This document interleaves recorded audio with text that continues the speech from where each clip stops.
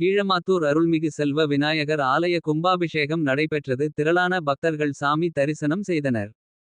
மதுரை மேற்கு வட்டத்திற்கு உட்பட்ட கீழமாத்தூர் கிராமத்தில் பிரசித்தி பெற்ற பழமை வாய்ந்த அருள்மிகு ஸ்ரீ செல்வ விநாயகர் ஆலயம் மகா கும்பாபிஷேக விழா நடைபெற்றது. விழாவையொட்டி சிவ ஸ்ரீ நாகேஸ்வர சிவாச்சாரியார் சிவ ஸ்ரீ விக்னேஸ்வர சிவாச்சாரியார் தலைமையில் மங்கள இசை உடன் விக்னேஸ்வர பூஜை முதலாம் கால யாகசாலை நிகழ்ச்சிகள் தொடங்கின. இரண்டாம் நாள் நிகழ்ச்சி கோபூஜை வேத பாராயணம் மூல மந்திர ஹோமம் இரண்டாம் கால யாக பூஜை பூர்ணாகூதியுடன் நிறைவுற்றது. தொடர்ந்து கடம் புறப்பாடாகி மேளதாளத்துடன் திருக்கோவிலை சுற்றி வலம் வந்து அருள்மிகு செல்வ விநாயகருக்கு கும்பத்தில் புனித நீர் ஊற்றப்பட்டது. அப்போது வானத்தில் கருடன் வட்டமிட்டது. பக்தர்கள் மனம் உருகி வேண்டினர். தொடர்ந்து செல்வ விநாயகருக்கு பால் தயிர் வெண்ணெய் சந்தனம் பன்னீர் இளநீர் உள்ளிட்ட பல்வேறு அபிஷேகங்கள் செய்யப்பட்டு தீபாராதனை காட்டப்பட்டது. பக்தர்களுக்கு பிரசாதம் வழங்கப்பட்டது. அறுசுவை அன்னதானம் வழங்கப்பட்டது. விழாவிற்கான ஏற்பாடுகளை திருப்பணி குழுவினர் மற்றும் கீழமாத்தூர் கிராம பொதுமக்கள் செய்திருந்தனர்.